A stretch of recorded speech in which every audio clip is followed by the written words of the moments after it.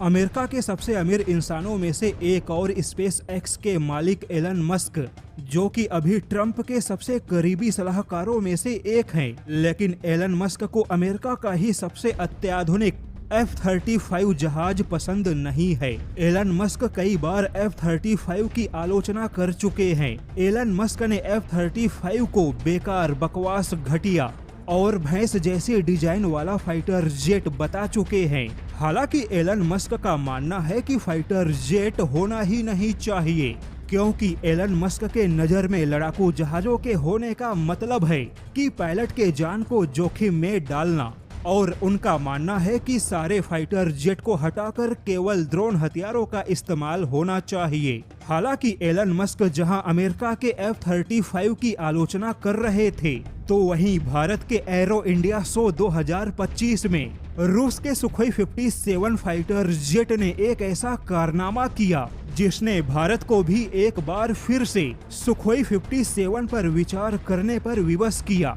कारनामा कुछ ऐसा है कि रूस के सुखोई 57 ने केवल 10 सेकेंड में 800 मीटर से भी छोटे रनवे पर बहुत ही शानदार टेक ऑफ किया।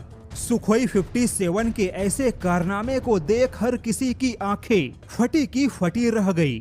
इतने छोटे से रनवे का इस्तेमाल करके इतना शानदार टेक ऑफ करना हर किसी फाइटर जेट के बस की बात नहीं। सुखोई 57 का ऐसा कारनामा सीधे सीधे सुखोई 57 के ताकतवर इंजन और एरोडायनामिक डिजाइन को दर्शाता है।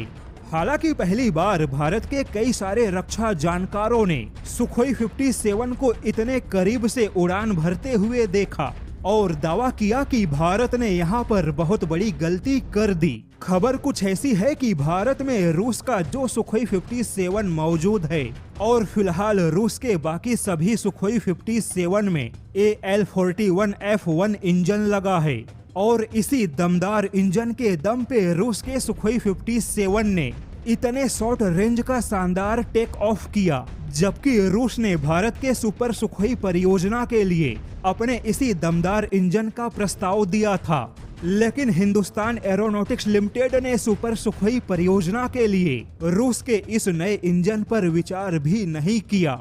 ऐसे में तमाम रक्षा जानकारों ने यह मांग की है कि हिंदुस्तान एरोनॉटिक्स लिमिटेड अपने पुराने सेटअप पर ही काम कर रहा है। ऐसे में प्राइवेट कंपनियों को भी हिंदुस्तान एरोनॉटिक्स लिमिटेड के साथ जोड़ना चाहिए, क्योंकि केवल उत्पादन लाइन बढ़ाने से काम नहीं होगा, बल्कि हिंदुस्तान एरोनॉटिक्स लिमिटेड को नई तकनीक के साथ काम करने के लिए हर समय तैयार रहना चाहिए।